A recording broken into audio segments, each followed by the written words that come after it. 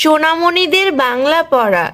চলো সোনামণিরা, আজকে আমরা স্বরবর্ণ দিয়ে শব্দ গঠন শিখব। স্বরে অ, স্বরে অতে অলি, অজু, অমর, অনল। স্বরে আ, স্বরে আতে আম, আকাশ, আলু, আখ। রস্বই, রস্বইতে ইট, ইঁদুর, ইমারত, ইলিশ। দীর্ঘই, দীর্ঘইতে ইস, ঈগল, ঈষৎ, ঈশান। রস্যু, রস্যুতে উট, উদয়, উকিল, উড়োজাহাজ। দীর্ঘু, দীর্ঘুতে উর্মি, ঊর্ণনাভ, উরু, 29।